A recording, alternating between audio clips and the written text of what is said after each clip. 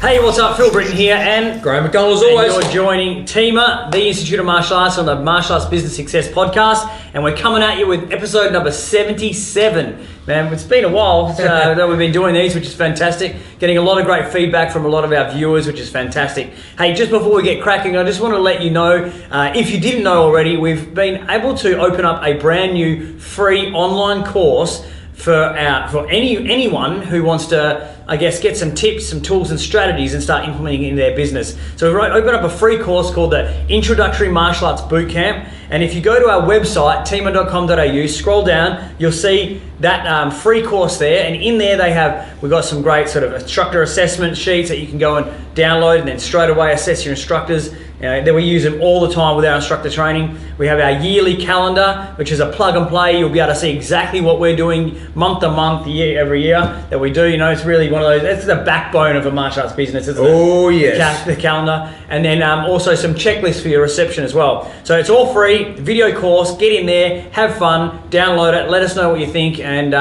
just enjoy that access, guys.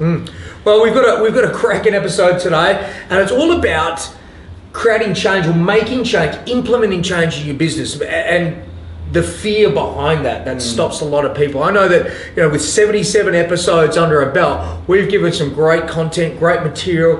We've had lots of feedback of people listening, but some people just don't apply it because they're afraid of the unknown. They're afraid of taking that step.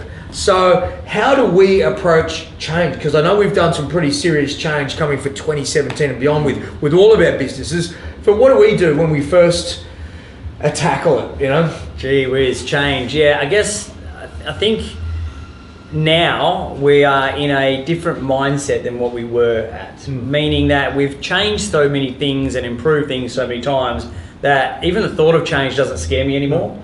And I guess it comes down to an educated risk, an educated change. Like, you're not just going to go, I'm going to go this way. It was like, well, why the fuck would you do that? You know what I mean? Like, you need a reason behind it. So as long as it's like educated risk or educated change, and you've done all your homework, it should be almost a no-brainer. And I think when it comes to change within your business, you've got to ask yourself these couple of questions, like, is it going to improve my students' training life and ability and skill level? Is it going to improve the business? And is it going to improve the bottom line of our business? Like, are we going to lose money or are we going to make money? And if you can say yes, yes, yes, all three, then that's a no-brainer. Yeah. If you say yes to two and one's a no, then you have to think about that. Yeah. If you say no to two and only one yes, well, that's a no-brainer as well. It's like, well, I don't think it's worth it. Yeah. So, I think it comes down to an educated risk of change, asking yourself those three questions, and then making sure that, it is an improvement and not a detriment. Yeah. Look, guys, there's a quote, and again, king of quotes here, paralysis by analysis. It's nice to learn, it's nice to research, but at the end of the day, if you don't pull the trigger and do it, what's the point? So, I certainly know that if we talk about like a fee change, for example, we have on many times gone, look, the fees need to be increased. How many students will we lose if we increase the fee to X? And again, that's the thing, is we need to understand what are the risks, what are the detriment to the business that we are happy to, I guess, wear so that we can grow to the level that we know we are. And I know that we have spoken many times about this. The decisions we make today are not for the students that are currently training, they're for the students we'll have in 3 years' time. Right. So again, it's important to understand that we have, unfortunately, on the receiving end, had students that we've gone, no, look, we can't change this because of X, this particular student. Given it 6 months and the students left, and then you scratch your head just going, why didn't we make that change then and there? Look, unfortunately, I'd like to say we keep students forever, but that's not the case. So you as a business owner, you need to be steering the ship, not at the mercy of your students, but you need to be that leader and make decisions, as Phil pointed out, that are going to benefit the student, benefit your instructors, your team, benefit you and your family. At the end of the day, you guys have got tick, tick, tick. So that's the first process. But how do you then communicate the change to the masses, to your students, to your staff?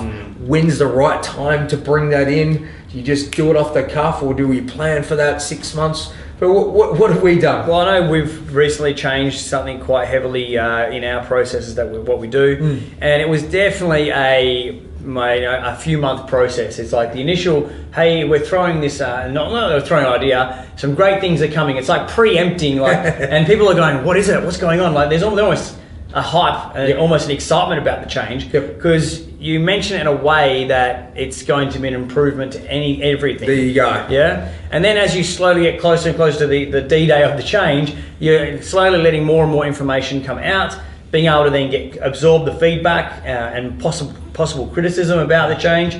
And then as you're doing that, you're navigating and sort of massaging how we're going to reveal the actual change itself. So guys, just to give you a bit of a background on what we've done, we had a grading system where we used to do graduations once a month.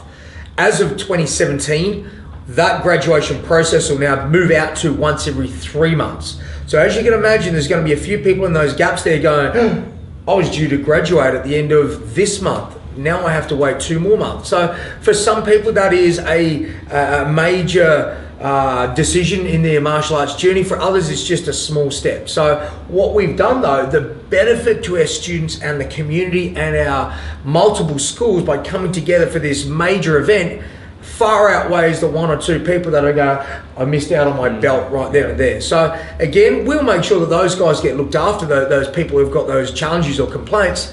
But at the end of the day, we've got to go, look, pull off the Band-Aid, it has to be done. These are the changes. And we made this change, communicated this 3 months into the end of last year. So October, we started to let people know, November, December, for an active change this year, January 2017. So they're the things from a timing point of view. It was a pretty major one. We did this on the change of the year. So that was a little bit easier for us to do. Yeah. So I'm going to give another example because I think if we can give examples of it, then maybe you can understand how we would do it. So we just got off a coaching call with a good friend of ours, Jacko from Kalgoorlie Kickboxing. It's one of our coaching clients, and he runs a school where they run by the school term. So during school holidays, he shuts down. Now, if you're from America or overseas, it might be a little bit different. But if you're in Australia, you understand what I'm talking about. We have school terms and school holidays, all that sort of stuff. So he's been running a certain way for so long, and most of his students aren't on direct debit. So this is, and it's really crippling him because he doesn't have that consistency turnover in income, and he's always chasing people. It's an administration a nightmare. So what my suggestion was one, to change, like if he wants to be a full-time professional school and earn a decent income that gives him the lifestyle and obviously the students what they need, one, he needs to change from just being a term operated school to a full-time school running throughout. So now that's a big change in itself. So what I said to him he could possibly do is open up a limited timetable during school holidays. So there are options to train, but it's not the full extent timetable. So that's soft on the instructors and soft on the school itself. So first off, we looked at the timetabling and made sure that he had time to, give students access during school holidays. Yep. Now we can offer a full yearly membership option on direct debit. So don't tell the current students about this yet. You basically, again, you would actually update them like we would do. Say exciting changes coming, give them all that feedback 3 months out. Then have the fee structure and the direct debit and the way that you want it just for the new members. The new members know no different, and they're the easiest ones to sell on it because, again, they know no different. So you sell the new students on the new fee, on the extended timetable, no brainer. Then what I would suggest, that I suggested to Jacko to do, is then either, again, notify by letter, but if it's a smaller school, you can meet with all your existing members over a few months, one-to-one, and let them know of the new fee, the new way that we're doing it. Now you can do this, you want to make sure that it's done like this. One, you can stay on the same fee amount and only train during the school terms, not the school holidays, but we're going to move you to direct debit because it's easier for our business to run, it's less administration, we can focus more on the student rather than chasing the money. So there's a win for them, not a loss. It's the same fee and it's a win for them because we can focus on them more. Or if you would like to go on what the new members are doing, they're trained throughout the whole year, you have this option here. So we're giving them options. Stay the same, but just go to direct debit, or go to the new fee, train throughout. Now it's up to them. Yeah. Then what I would do is that as a year's gone past, is then as when you renew them on the full thing no matter what. Yeah. So it's a slow change, it's a win change, and that's how I would do it in his school. Everyone's school is going to be a little bit different, and if you have to implement something different. But the key to this here, I guess what Graham is saying, is the strategy behind it. Like, it's like the iceberg syndrome. They see the thing on the top and then all the hard work underneath the water. It's the same as this. That no one will see all the letters 3 months before the change happens. And the thing is, new members don't know any different. So that's where I would start. Oh, look, it's one of those things where you just got to start. You've got to make that decision for yourself. And we kind of go back full circle, is that fear. Yeah. You know, that fear that holds you back, that I can't do this, da, da, da. So again, that's what we're here for. We're here to support you guys. If you have any questions regarding that, we'll give you a nudge and a push and let you know how we would tackle it. So again, team, if you've got questions around that or making any changes, admin@teamo.com.au. That's what our speciality is helping people overcome those hurdles. And funny, they get over and then realize, well, wow, it wasn't that hard after all. Or it was minimal hiccups along the way. Geez, why didn't I do that 10 years ago? So again, that's a huge one. I know that, Phil, you touched on not just going through from a direct debit change and a curriculum, not necessarily a curriculum change, more of a timetable change for Jacko. What about changing curriculum, changing in class content or adding in new programs, stuff like that? Again, is that the same process we go through about telling students? When do we release it? How do we kind of do that stuff for us guys in particular? Yeah, it would be all the exact same process. The 3 months out of sort of, I guess, bringing the students aware, the exciting change. It's going to be improvements, etc., etc., etc.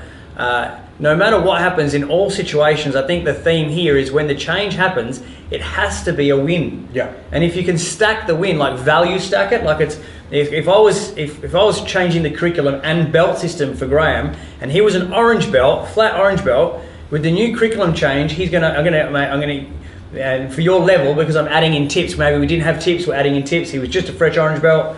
I'm going to make sure he feels like he's getting a value stack with the change rather than a value decrease. Like, oh, I'm being pushed behind, I'm now left behind, and I'm not getting any value, and why me, and this is crap. So as long as it's a win-win, and if you can stack the win over win over win over win, then everyone's going to be on your side anyway. Yeah, for sure. Look, one final thing, I guess, when it comes to change and implementing change in your business, look after your team and make sure your team understand the benefit of the change. Because if a student goes to them and asks them, why are you changing and why are you improving things? And they go, I don't know.